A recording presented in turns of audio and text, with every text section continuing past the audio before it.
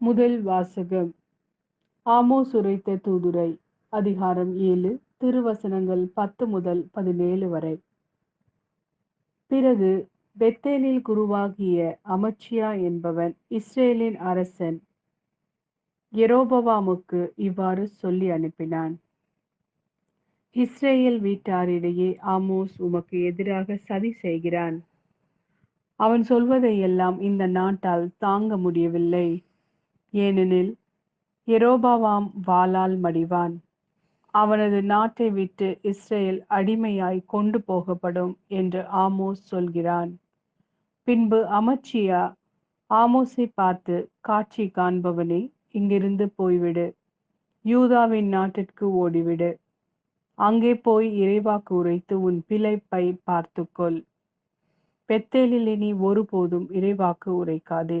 ஏனெனில் இது அரசின் புனித இடம், அரசுக்குரிய இல்லம் என்று சொன்னான். ஆமோஸ் அதற்கு மறுமொழியாக அமத்சியாவை பார்த்து கூறினான், நான் இறைவாக்கினன் இல்லை, இறைவாக்கினர் குழுவில் உறுப்பினனும் இல்லை. நான் ஆடு மாடு மேய்ப்பவன், காட்டு அத்திமர தோட்டக்காரன். ஆடுகள் ஓட்டிக்கொண்டு போன என்னை ஆண்டவர் தேர்ந்தெடுத்து என் மக்களாகிய இஸ்ரேலிடம் சென்று இறைவாக்கு உரைத்திடு என்று அனுப்பினார். எனவே இப்பொழுது ஆண்டவரின் வாக்கை கேள். இஸ்ரேலுக்கு எதிராக இறைவாக்கு உரைக்காதே, ஈசாக்கின் வீட்டாருக்கு எதிராக பேசாதே என்று நீ சொல்கிறாய். ஆண்டவர் இவ்வாறு கூறுகிறார், உன் மனைவி நகரில் விலைமகளாய் இருப்பாள், உன் புதல்வர் புதல்வியர் வாளால் மடிவர், உன் நிலப்புலன் பங்கு போட்டு கொள்ளப்படும். நீயோ புனிதமற்ற நாட்டிலேயே மாண்டு போவாய். இஸ்ரேல் தன் நாட்டிற்கு வெளியே அடிமையாக கொண்டு போகப்படும். இது ஆண்டவரின் அருள்வாக்கு. இறைவா, உமக்கு நன்றி.